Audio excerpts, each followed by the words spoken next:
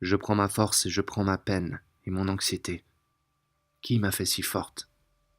Si longtemps j'ai cru que c'était un miracle.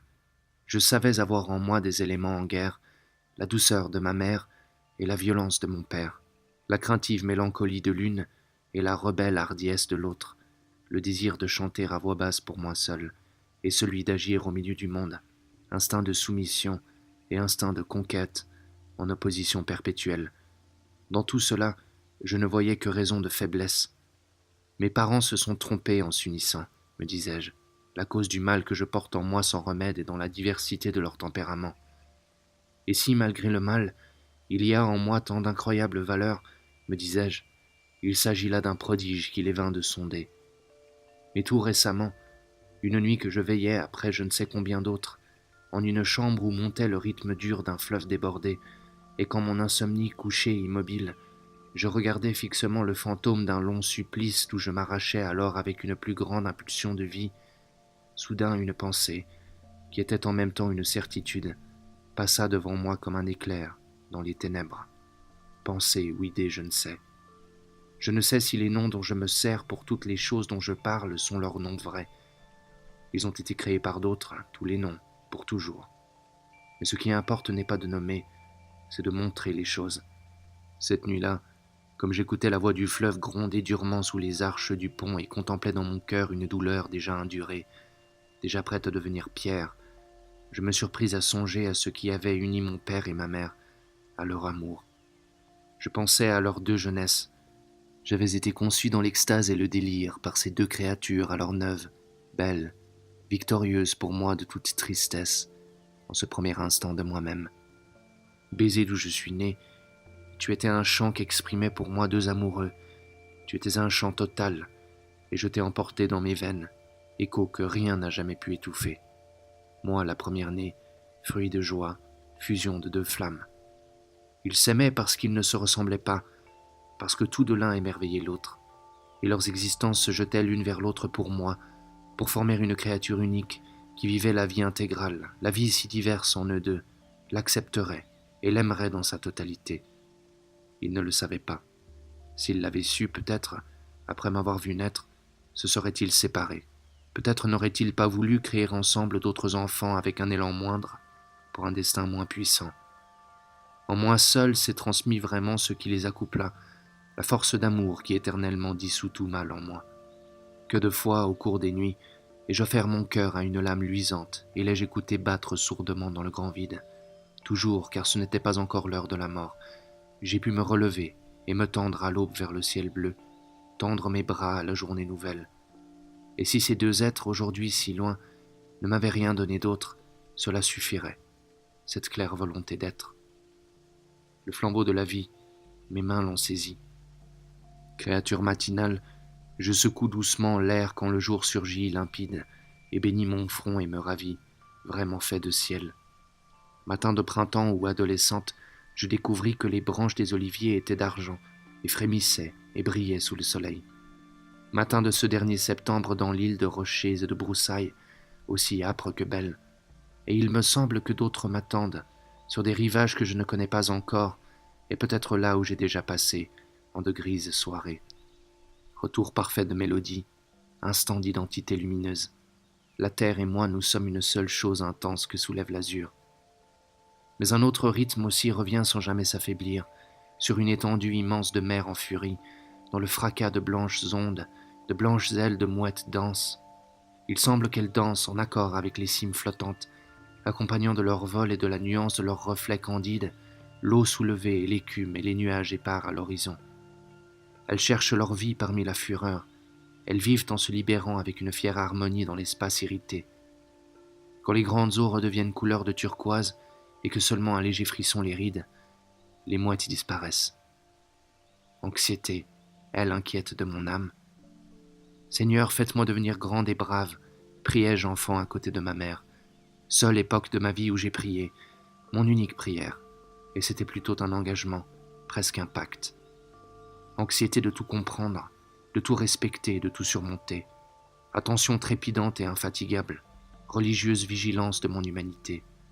Comme si j'eusse été, au lieu d'un être, une idée à extraire, à manifester, à imposer, à porter en lieu sûr. Est-ce qu'une vie sacrée respire occultement en moi? Pourtant je suis celle-là même qui sourit aux fraîches aurores, semblable à une corolle ouverte pour ce jour-là seulement. Avec mes mains amoureuses, j'ai levé le flambeau qui m'a été transmis. J'ai contemplé le mystère agité de mon esprit et le lucide aspect de l'univers, et tant d'êtres que j'ai pensés vivants comme moi, hommes et femmes, et le battement de leurs veines sur leur front. Des hommes et des femmes sont sur mon chemin pour que je les aime. Je les aime, je les sens vivre, leur vie s'ajoute à la mienne. Quelle chose serais-je sans ces rencontres sur les routes que j'ai parcourues? Tout m'attendait, et à l'heure exacte. Tous m'ont donné. Il semblait que tous avaient été créés pour moi, pour faire que je devinsse, oui, plus grande par chacun d'eux que j'approchais, et plus brave. Je les regardais éperdument, et en adorant ainsi je croyais me donner, et au contraire je prenais. Grâce de visages et de corps, éblouissement d'âme, gloire de jouissance et de souffrance, messages sans fin. Des paroles me sont venues même des vies difformes et des vies informes. Et où je passe ignorée, presque furtive, là aussi j'imagine parfois toucher en esprit ceux qui ne m'aperçoivent pas, les ravir un instant à eux-mêmes, en une chaude étreinte. Haute vallée, chaumière au milieu des prés, l'herbe amortit le frôlement de mon pied. Qu'importe de se montrer et de parler, une onde suave pénètre soudain le cœur de qui, là, dans la chaumière, attend humblement sa fin. Et la chimère est là, toujours. Si j'écris, si je creuse dans ma pensée ou dans ma passion, et mes mots distillent du sang, je crois me donner, et au contraire je prends. Je m'illusionne parce que je nourris de moi ma proie, mais celui qui m'écoute est comme était mon enfant quand il buvait à ma mamelle et que je le tenais dans mes bras, chose mienne qui faisait précieuse ma vie. Je m'affirme à moi-même, rien d'autre, rien d'autre. Oh mais j'affirme tout ce dont je suis composé, tout ce qui est autour de moi et que j'absorbe, rien n'est perdu. Et quand j'ai soif d'être aimé, c'est encore mon amour pour toutes les choses qui demandent à être reconnues. C'est le monde qui veut être embrassé et chanté. Et peut-être personne n'accueille sur mes lèvres ce soupir en quoi je suis tout et rien. J'avais les joues de rose et longs et lourds les cheveux. J'avais la voix douce et je semblais une petite madone. C'est pour cela qu'ils m'ont souri, et pour les heures d'enchantement, ils m'ont béni. Mais quand sont venues les heures mauvaises, peu ont su ne pas me haïr. Toujours quand la vie se fait terrible et cruelle, j'entends les hommes la blasphémer et la renier. Je les entends l'appeler méchante, je les sens l'imaginer avec un regard qui louche dans les obscurités mystérieuses. Est-ce parce que mon enfance ne connut pas la peur que je n'ai jamais admis cette idée d'un perfide mal originel? La nuit était pour moi jusqu'alors une immense prunelle brune. C'était la vie qui se condensait pour que les fils et les filles de la terre la regardassent sans peur, innombrables constellations d'yeux. Et si la méchanceté n'est pas dans les ténèbres, elle ne peut être non plus dans les cœurs des hommes. L'enfant que j'étais voyait parfois souffrir autour d'elle. Elle voyait les causes simples ou étranges de ses souffrances. En retenant sa respiration, elle scrutait l'inexplicable, mais elle n'attribuait jamais rien à une volonté consciemment méchante. Rina, petite qui t'appelait Rina, il ne faut pas oublier que tu fleurissais sans souci dans ton petit jardin, petit arbre droit et svelte. Mais alors, dans un bourbier ou dans la fente d'une roche dure, mon âme aurait donc poussé autrement. Ces certitudes qu'au fur et à mesure que mon existence se déroulait, j'ai cru apporter comme des révélations de la divinité, pouvaient me rester inconnues pour un petit écart. Y a-t-il un destin individuel aussi pour les idées, aussi pour la fécondation de la vérité? Et moi, est-ce que je vaux en tant que je suis le produit de ce destin, par l'ensemble de mes persuasions, ou par ce que j'étais avant encore que je commençasse à penser, par les vertus avec lesquelles je suis né, d'intelligence, d'ardeur, de sincérité, de courage, de ténacité? Mon père me parlait. S'il avait été un autre homme, si lui aussi avait poussé autrement, il pouvait avoir cette même forme d'esprit et ne pas réussir à me l'imposer s'il n'avait raisonné avec sa puissante passion, s'il n'y avait pas eu tant de fraîche spontanéité dans toutes ses impressions et dans son caractère, cette ardeur souriante au fond de laquelle j'avais l'intuition de quelque chose que je peux aujourd'hui dire stoïque. J'admirais son tempérament, comme j'admirais sa haute taille.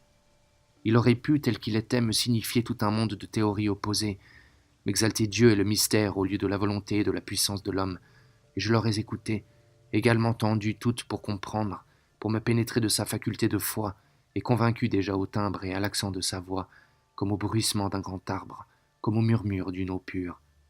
Mais si je n'avais jamais connu mon père, ou si l'épouvante m'avait saisi un soir de mon enfance, altérant pour toujours dans leurs claires orbites mes prunelles étoilées, voir le monde avec un regard autre, le voir avec les yeux de celui auprès de qui, dès l'enfance, passa la foudre, de grands yeux verts comme l'Arnaud qui lui a donné son nom, et si je lui parlais seulement d'un vol d'hirondelles sur son fleuve au printemps, il les roulait en tressaillant comme un appel désespéré. Et celui qui dans son enfance souffrit tant du froid, qui dans son enfance ne joua jamais. Je l'ai rencontré alors qu'il avait déjà le visage ombré de fines rides et qu'il n'espérait plus aucun bien pour lui sur la terre.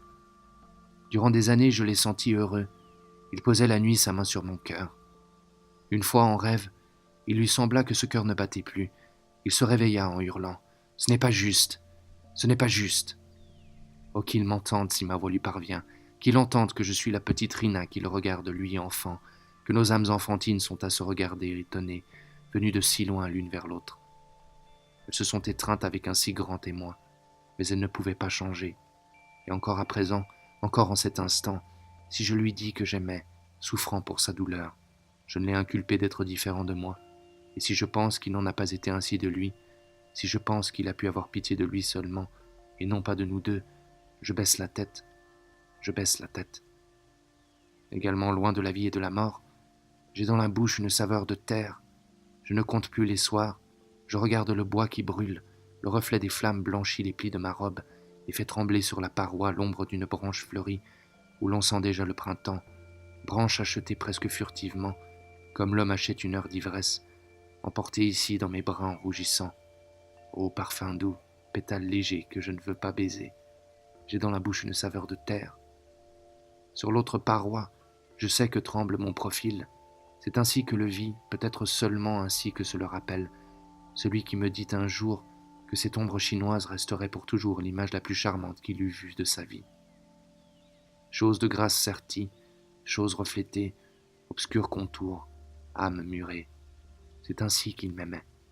Lui à qui j'avais murmuré « joie de mes yeux, ris » quand la première fois je lui plus sous la lumière solitaire. Fuyant son rêve et pourtant, comme ses flammes, il avait vigueur d'éléments, semblance d'éternité, comme le satin des eaux quand le soleil se couche parmi des nuages jamais pareils.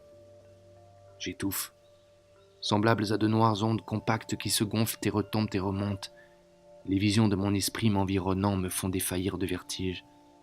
Qu'est-ce que ce grondement, ce bruyant battement de mon cœur, ce monstrueux et invisible piston qui fait marcher le bateau alors que j'implore pour qu'il s'arrête? Satiété de cette mer en furie, de ces innombrables crêtes d'écume uniformes, baveuses, abîmes. Combien d'autres fois tournerai-je ainsi comme en cage entre quatre murs? Dans le monde et sous le soleil et sous les brumes, aucune maison n'est mienne, bien que toute chambre où je passe s'imprègne pour toujours de moi. Et les arrêts nocturnes sous les toitures de fer, non d'hiver, nord ou sud, une même fuite de fumée rougeâtre, un même grincement de chaînes.